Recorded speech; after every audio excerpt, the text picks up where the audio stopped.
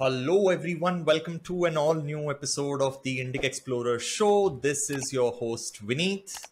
Please don't forget to like, comment, share, and subscribe to the channel. And from there, we move to the second part of our discussion, which is on Dharma and paganism. This is the part that I've been waiting for the most. So, what I really want to start with is because this is an issue that we in India, the Hindus especially, are grappling a lot with, which is there is a school of thought which says secularization, which has come to India from the West, right, is a form of Christianization, right? That is one school of thought. And in some ways, you can say a predominant school of thought amongst most Hindus, although not the only one. And the other one is secularization. And this difference exists even among academics in the West, actually, which is that secularization is some form of the second coming of paganism, the coming back of the civic religion, you know. So I wanted to know your view on which do you think is the more valid or the right argument here. Well, both views are correct in different ways because I think that they're each talking about a different theoretical object. They're talking about different secularisms, so to speak, and different kinds of secularity.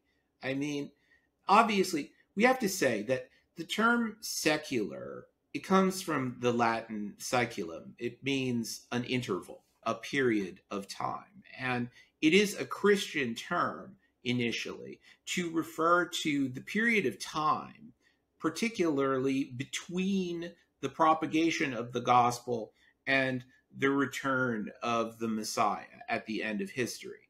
And so this period, this saeculum, this interim existence, is the basis for a secularism that applies purely within its boundaries. And so this Christian idea was indeed itself secularized through the course of modernity and became a kind of a notion of a specifically delimited and really very tightly bound kind of engagement with the world that ruled out all kinds of other things, anything which could not pass through the screen of this kind of limited mode of engagement that had originally been determined, of course, by by the space that was being left for the entire plane of divinity, which was occupied by the Christian God, and that bounded this world, which was knowable on secular terms, bounded it on every side. But then once you remove that, there is a certain kind of secularism which doesn't allow the engagement with the world to expand again into that space, which would mean that it would naturally include a much richer engagement with all kinds of non-human agencies, as I said, and maintaining instead our experience of the world within this tight box, which is furthermore given the kind of implicit sanction of staying within our allotted limits. And so it retains a troubling kind of monotheist piety by refusing to allow the world to expand to include this engagement with all kinds of non-human agencies.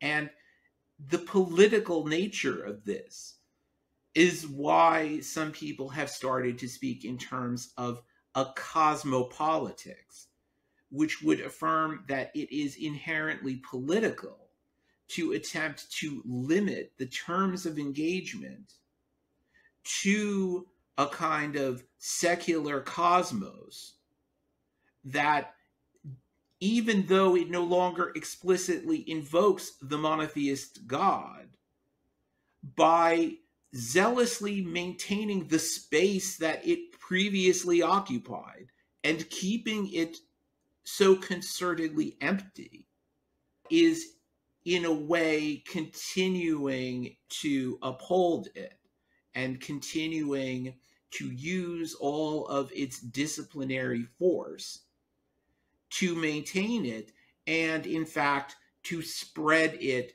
to root it more deeply wherever it can be, and to introduce it wherever it, for one reason or another, happens to be absent, as a kind of enlightenment. And so that's one kind of secularism. There's another kind of secularism, which, in a way, it's not appropriate to use the term because, as I say, it's a Christian term initially. But nevertheless, we see that in Western antiquity, for example, in a comprehensively polytheist environment, there was a lot of space for difference in terms of what gods people worshipped, what kind of religious activity they were engaged in, how much or how little engagement with religion they had, whether it was a lot and they were people who were obsessed with the divine and spending all their time at temples and at festivals and traveling around on pilgrimages to different holy sites, or other people who simply couldn't be bothered, who were completely engaged in, what we would characterize as worldly pursuits, getting rich, fighting wars, having romantic entanglements of various kinds. And this was enough for them, except for, just a little lip service toward religion at certain kinds of crucial moments in their life, or if something went really wrong for them and they needed the services of a ritual specialist of some sort, or maybe they would get more interested in these things as they got older, and mortality began to be more of a concern for them. All of these kinds of different ways of being were understood and accepted. And various forms of inquiry, including those which to some extent might have been seen as undermining of certain aspects of religion by some people, but which generally weren't intended to be so, were tolerated, and plays and literary works that might have dealt with the gods in ways that some people weren't happy with were accepted and tolerated. All of this we see as having been more the case than not. And so when we look at historical polytheisms, we see that one way or another there was this secular, in quotes, space. There were some forces internal to these traditions that was securing that space. And so the thing I think to understand is, within any given tradition, what are the particular sorts of forces, but also understanding what it is generically about polytheisms which causes these spaces to exist and to be sustained. And I think it is simply the multiplicity of gods, because having a multiplicity of gods within your own tradition, first of all, that you recognize and acknowledge, even when they may not be the gods that you particularly worship, but nevertheless, you acknowledge them, and you are you even recognize that there is a sanctity about them, there is a divinity about them. That then conditions you to how you deal with the difference of completely different cultures when you encounter them, through trade, through travel, sometimes, of course, through war. When you encounter others, then you also say, well, they have different gods, therefore they have a different culture, therefore They are different in all kinds of ways from me, and that's okay for them. It may not be how I want to live. I may not um, I may not even respect it on a certain level. I may feel that it's the wrong way to be. But nevertheless, there's a general acknowledgement that peoples being rooted in different divinities are different, that their engagement with gods in general being valuable, that it is valuable to them to be the way that they are. And I think recognizing that perspective, what I referred to as perspectivalism, that perspectivalism of religious experience, and saying, it is valuable in general to be engaged with the gods, to be in relationship to gods. And therefore, for those people who are engaged with different gods, it's valuable for them to have the kind of relationship that they have. And from that, an entire understanding of culture, of other cultures, culture as such, arises. And so this is that other kind of secularism, which I'm not sure whether or not it's appropriate in some ways and inappropriate in some ways to use the term secularism to refer to it. But it has a similar effect in terms of enabling lots of different people of lots of different cultures to live with one another, more or less, in some degree of proximity, in fruitful relations with one another, and not constantly thinking about how they can make the others exactly like themselves. In a way, I think it's very close to pluralism. I think it's, Yes, it's a yeah, basic kind of. pluralism.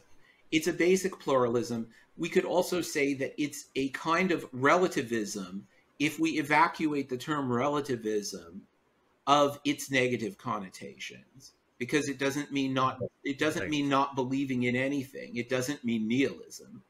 It means recognizing that there is this kind of fundamental plurality, and there is no reason to try to extinguish it. It's not a condition that we should be trying to get away from, get to something else, get to some condition where everyone is the same. Just as we would not be trying to get to a place where the flora and fauna of everywhere was the same. We would recognize that there are different ecosystems, as we say, and life thrives under different conditions in those different ecosystems. And I think that the ancient concept of what we call cultures is closer to the kind of notion of ecosystems and ecosystem communities uh, in some ways than it is to a kind of hypermodern conception of culture as this kind of very superficial element that is just kind of riding on other much more fundamental realities that are more real. The way you started answering this question itself is, you spoke like a true pagan when you said that both those two things are correct. Exactly. Yeah, I mean, that's the habit of thought.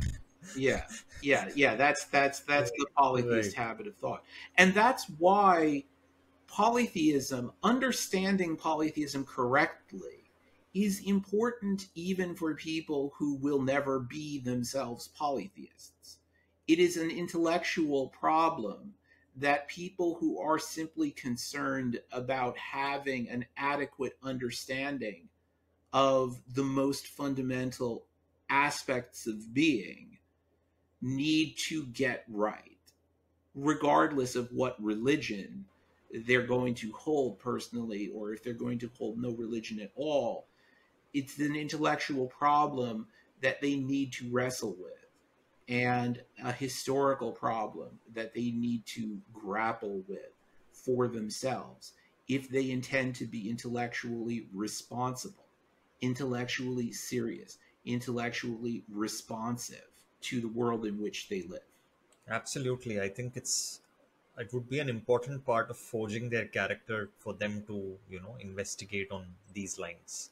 Uh, so about dharma and polytheism, right? Like you are part of the Center for Polytheist Studies for Indica. So how can Hinduism, in your view, contribute to the global polytheist movement?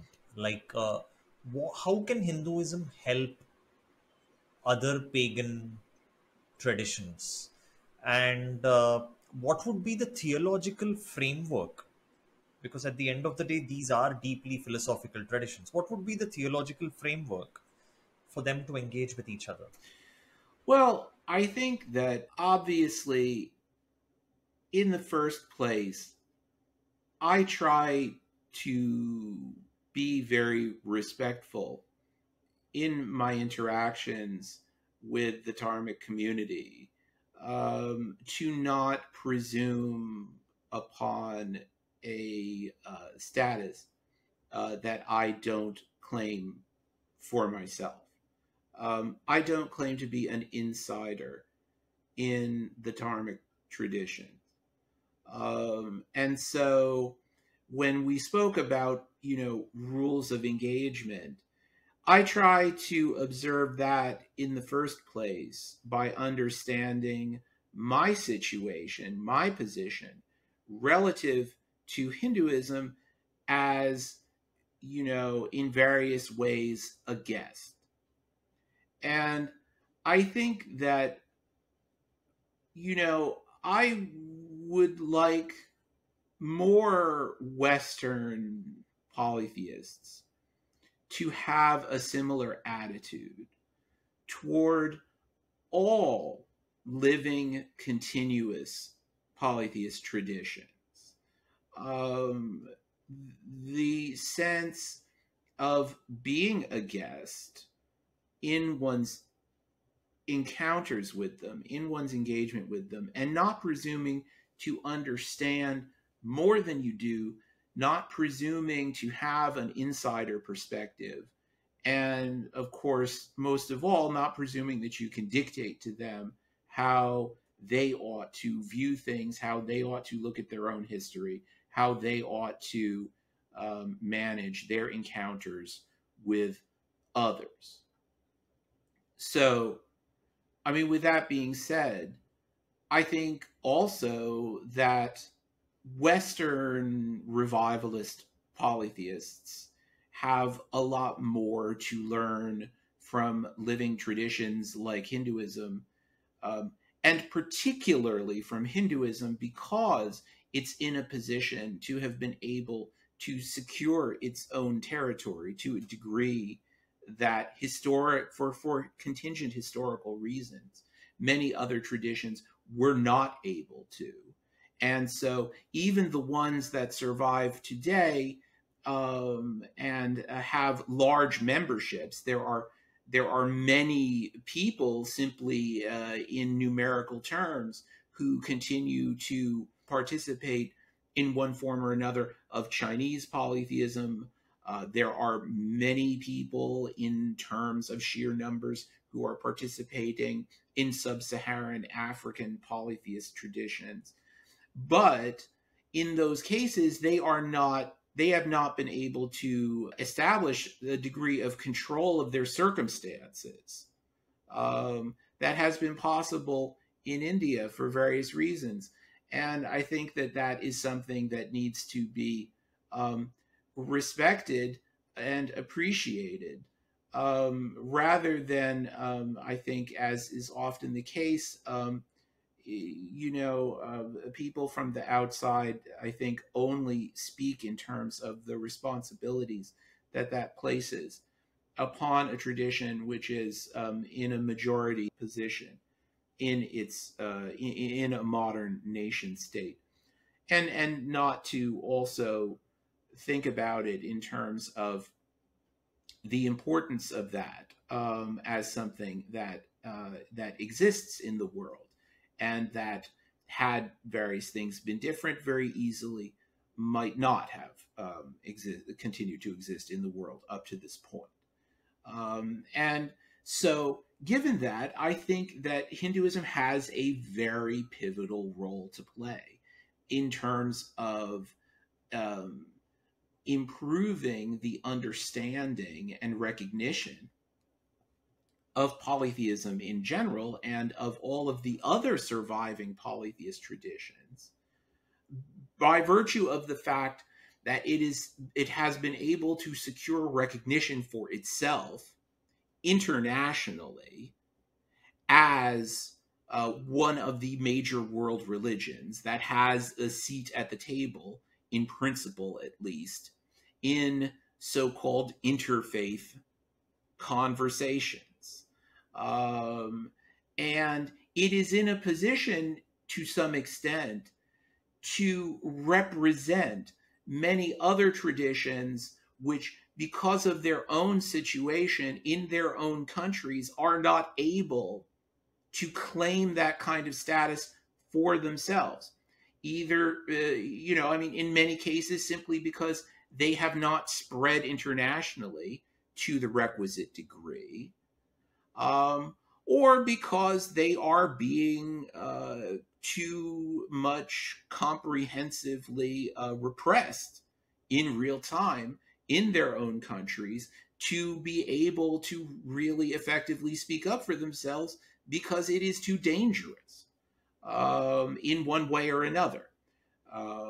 Whether the danger, comes from other religions or comes from an excessively control-oriented state apparatus. And so Hinduism is in a unique position to be able to bring a whole host of concerns to the table, provided, of course, that that table isn't tilted against them, so to speak, which I think is unfortunately the case in interfaith spaces, which, as we find them, are constituted to favor the monotheist traditions, and are not, unfortunately, for that reason, that are often not safe spaces for polytheist traditions, or particularly interested in addressing the issues that these traditions all have.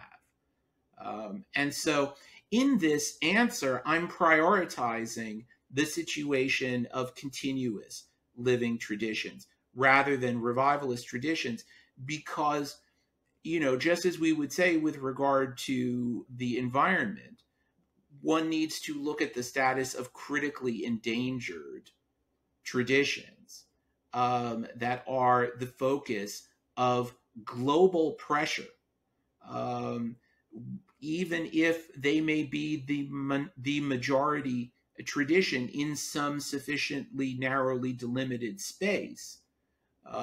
Nevertheless, when we live in an environment of global traditions that are also expansion oriented and conversion oriented, that places a tremendous pressure upon traditions which are globally in the minority, even if in a given community they may be the majority. And so this is something that needs to be introduced into the kind of multi-faith or interfaith arenas. There needs to be a properly critical understanding of the dispositions of power that are aligned with religion in the world. And I think that, as I say, Hinduism as a recognized global tradition, and one which does not have to be, therefore, so much in a reactive posture as many of these other traditions have to be, although obviously it has its own issues and challenges, of course. is in a particular position to raise these issues of power and religion in the world. Like, I can see a lot of avenues for cooperation, and also probably Hindus can help in preserving and, like, kind of helping develop many of these ancient traditions, because, like, many of these traditions have had the challenge of not having the written word because transmission has been oral. How did Hinduism manage that trajectory, right? Because Hinduism also was very much a lived kind of a tradition rather than like most of the texts have come out of the experiences of the rishis, right? It was their lived experience which then informed the text rather than the text coming down as a revelation.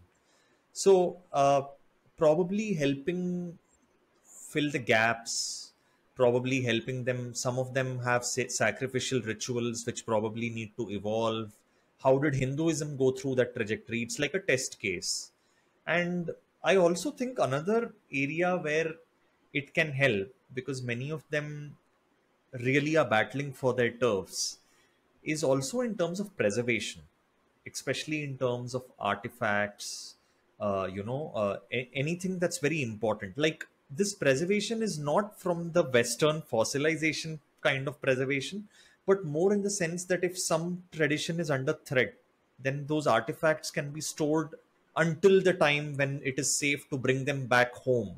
I mean, that the lens is to keep it alive, Yeah. not Yeah. to study it as a dead object of antiquity, Right. right? So, do you see those kind of things actually materialize? I think that, yeah, I mean, all of these kinds of areas. I mean, Hinduism is in a unique position to model um, the balance between continuity and change in a tradition of extraordinary length, extraordinary historical depth.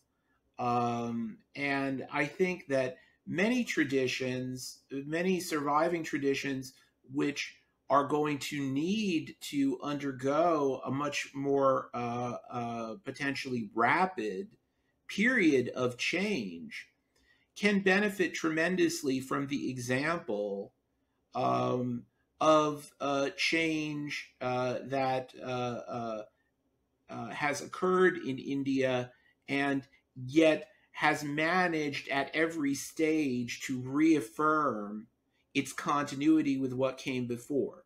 And I think that that um, that experience of continuity and change, not being opposed to one another, not being hostile to one another, but one securing the other, continuity providing the basis for change, and change providing the circumstances for continuity to also be upheld. Um, that's a tremendous example that can be provided. Um, and then, I mean, again, more specific kinds of institutional things. I think any kind of question that we look at, um, there is a potentially different and more fruitful perspective that can be brought by a tradition with the experience that Hinduism has, that can be brought to bear. And so, as you say, I mean, the question of how to preserve objects in a way which respects their sanctity, which anticipates at some future, potentially undefined date, at least the possibility of the reconstitution of a tradition, the resumption of an engagement with the divinities that originally empowered these objects. Um, I think that it's a crucial difference in how we approach these artifacts if we see them as the repositories of this relationship with divinities, which, even if it never actually even if that relationship is never reconstituted, there is an eternal possibility of the reconstitution of that relationship, of the resumption of that relationship that is given by the existence of the gods themselves. And I think that when we approach artifacts with that understanding, that would naturally result in different institutional settings than we have in the kind of classic Western image of the museum, or other academic framework in which these objects or texts or images, whatever, would be preserved otherwise. Because this also goes for things Right. like texts, things like languages. Yeah, true. The idea that these things could be they could be part of a living tradition again, even if they are not now. And this is why the concept of revival is so much more important than the revival which is actually going on in some place or at some time, and which may be imperfect in all kinds of ways, obviously. But it's the concept of the very possibility of revival which is crucial, not only for traditions which have been sundered, but for the continuity of traditions which have not. Because the possibility Yeah. of revival changes their relationship to their own present day surviving practices in ways that we need to make space for, rather than presupposing all kinds of answers to that question. We need to leave the space for that engagement to be determined. Correct. Like, I think the whole anthropological lens, uh, when it studies such cultures, it is about how they can come to the so-called mainstream monotheistic civilization, right? It looks down on indigenous people.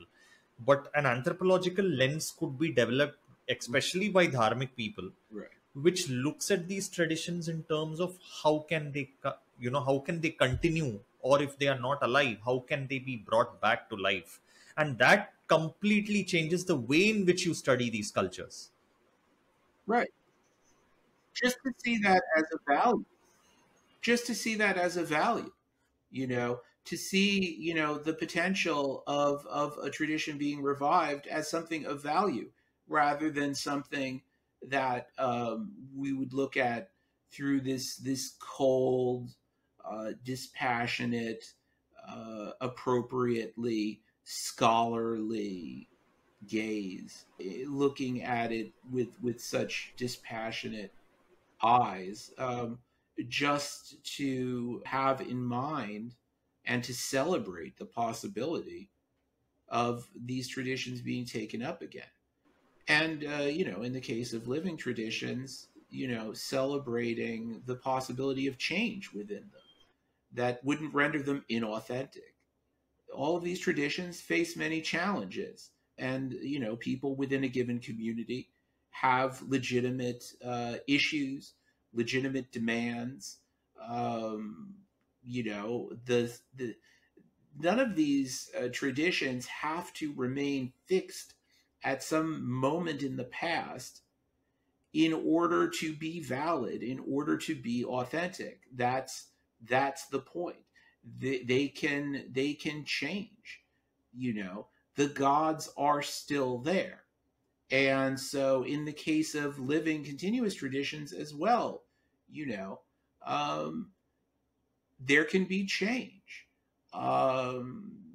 Whether that occurs through traditions, splitting off, and people who want to do things differently, uh, uh, you know, um, moving their worship in some kind of lateral fashion, or whether it occurs, internally, but with the understanding that the gods themselves have to be part of that process.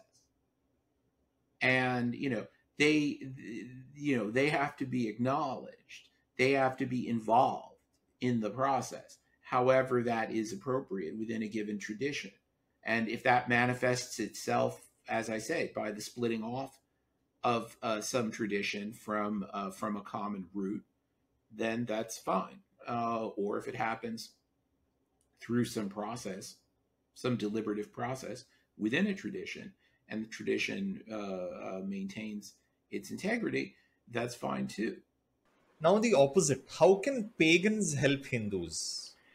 The Well, other pagan I mean, in traditions. terms of revivalist polytheists in the West, we're a very small body of people. It's difficult to get a solid count, but I mean, you have to understand that it's an extreme minority of people.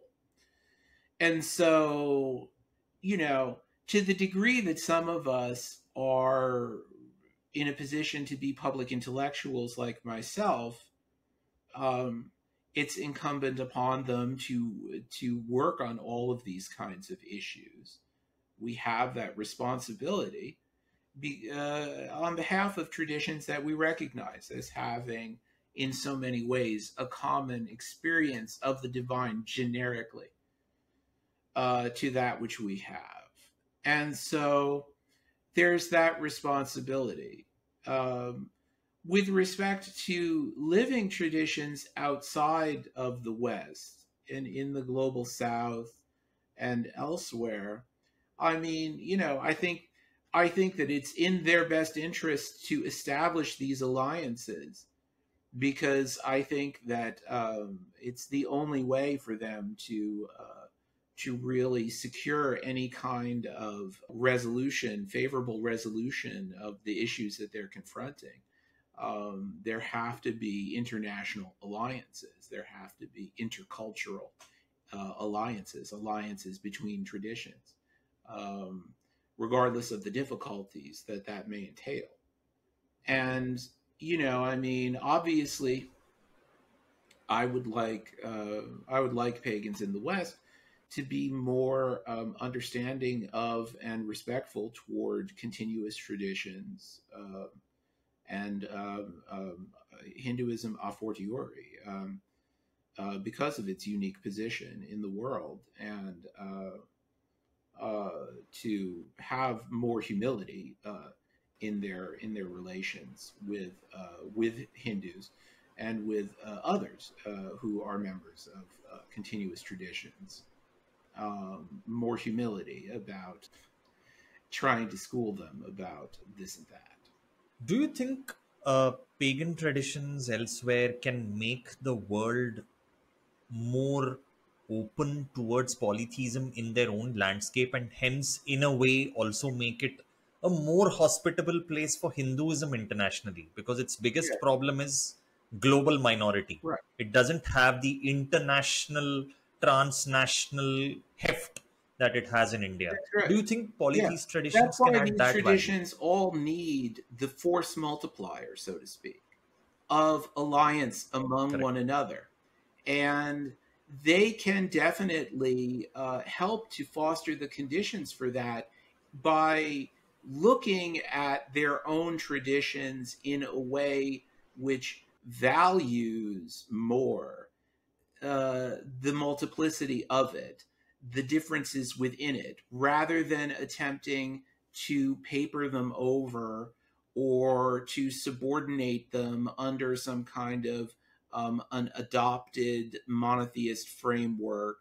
It can be difficult to deal with issues of multiplicity, plurality, difference within one's tradition.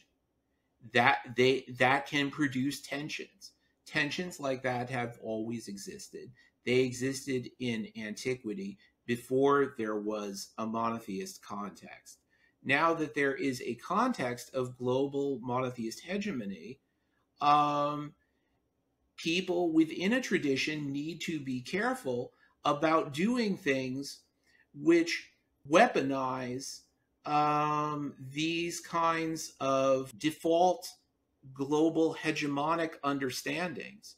This default monotheist perspective, they have to be careful about not allowing the differences within their own tradition, the multiplicity within their own tradition, to be weaponized in that fashion.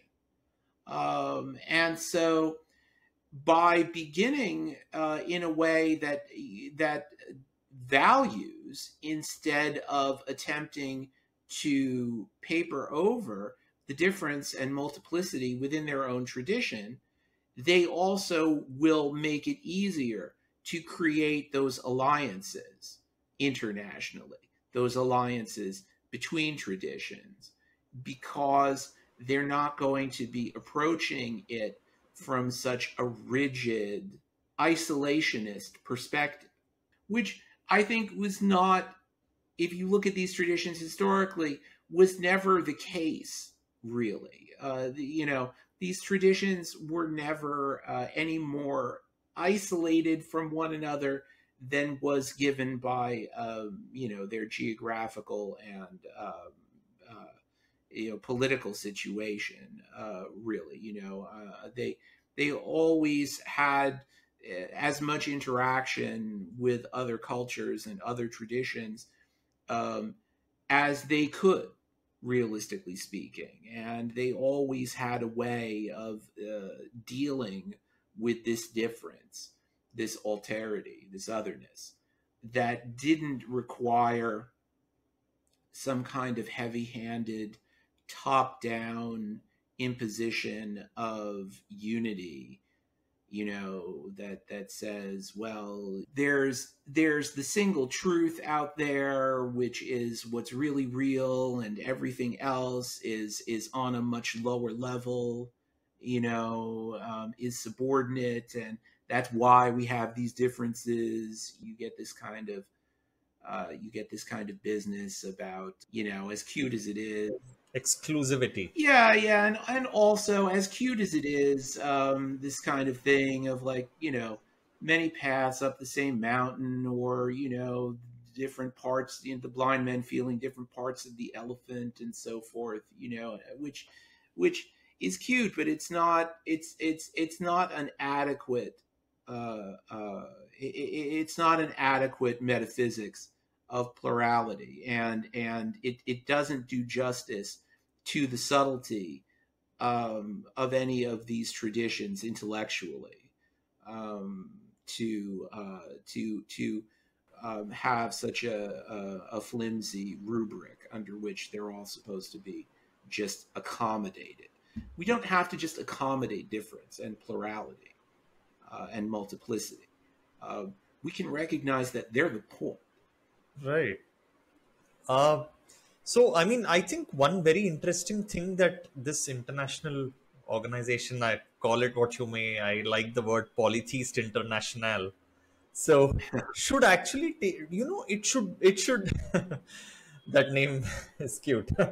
So, it should possibly do some action in terms of academic work, probably publish some kind of global polytheist human rights index, basically do something in the policy and academic domain so that it leads to some meaningful action, and that's a great such idea. things get published internationally. And I mean, Yeah, it basically, I think it should not just be a word salad, and it should actually have some impact on the ground. yeah, I think that probably is what yeah. I would I think we need to definitely get like that to going. see. Yeah.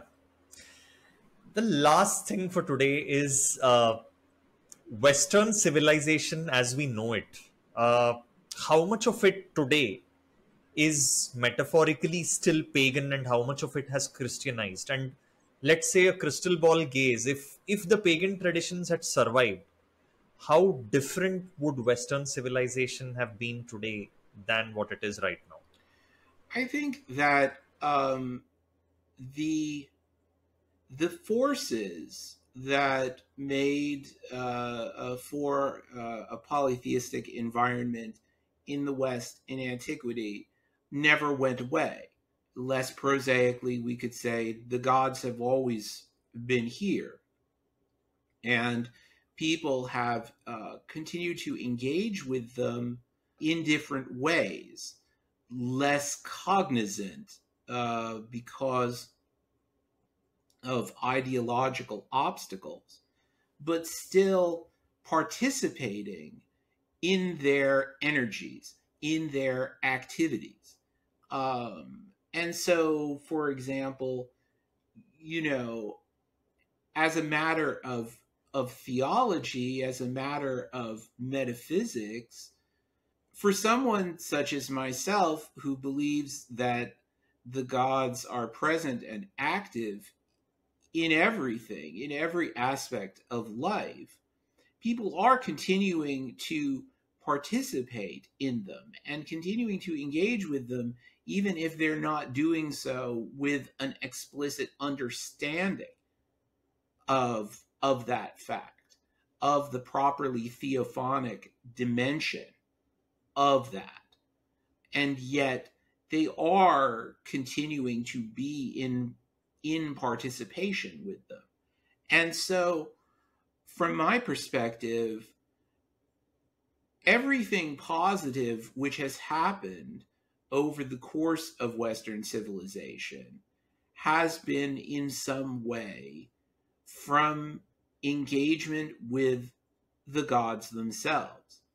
And nothing of what has happened that has been bad has been directly because of engagement with them.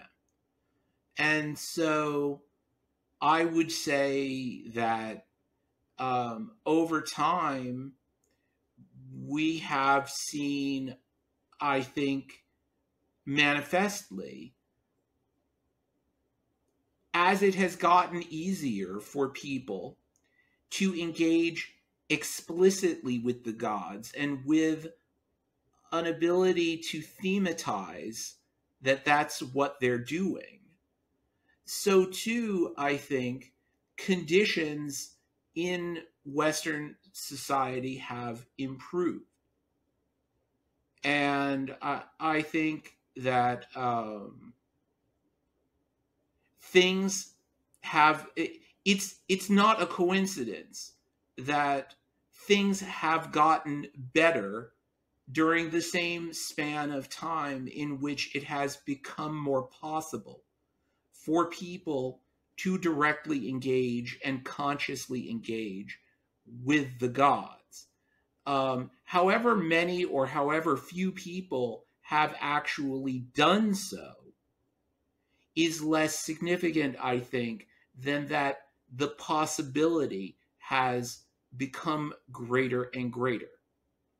And I think as more and more obstacles are removed to a fullness of engagement with the gods, things get better in our society. And they have done so. And so, for this reason, I'm not a reflexive anti-modern person.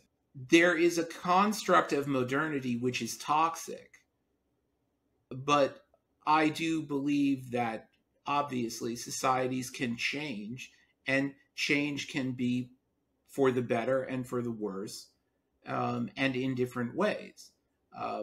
But as a polytheist, I happen to believe that change for the better always accompanies at least the greater potential for experience of more divinity rather than less, more gods rather than fewer.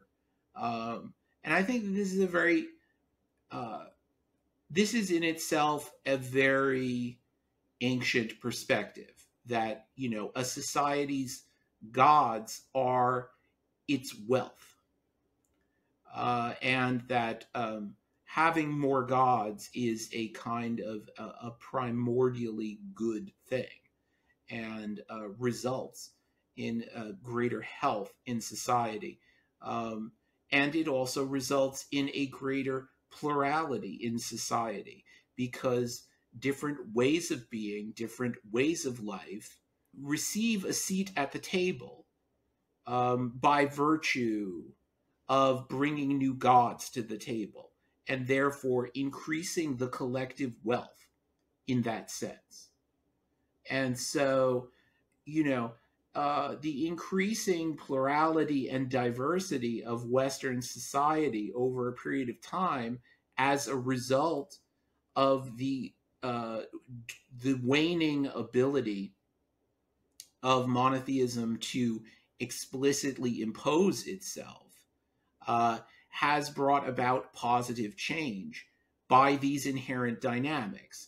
And that positive change will increase and intensify, will deepen to the degree that it becomes possible to understand and articulate polytheism as such.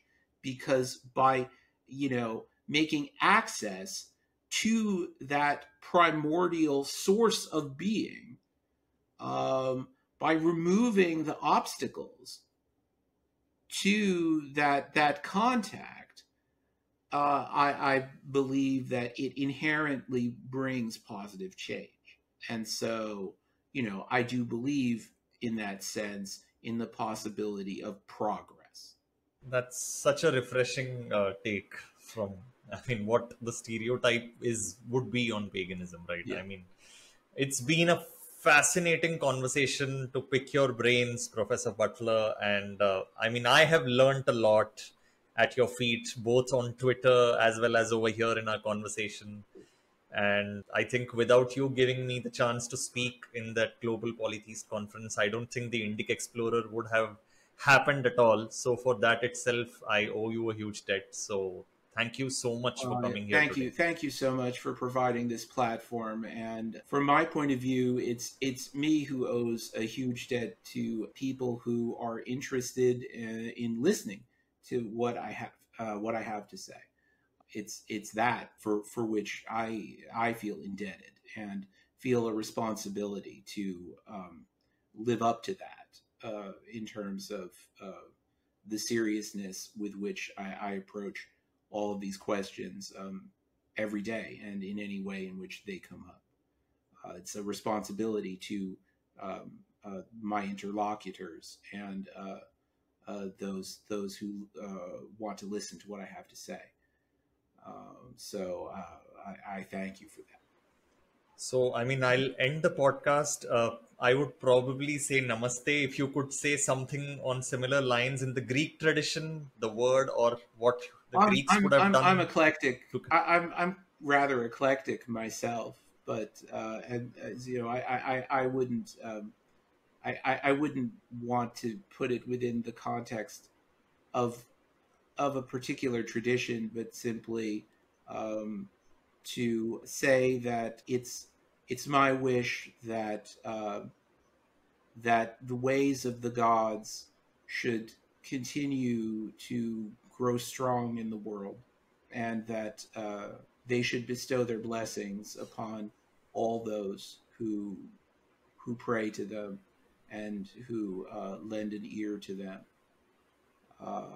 That they should be blessed, and that the gods should forever be venerated, and the gods of every tradition be uplifted in order that they may uplift us as well, and all beings.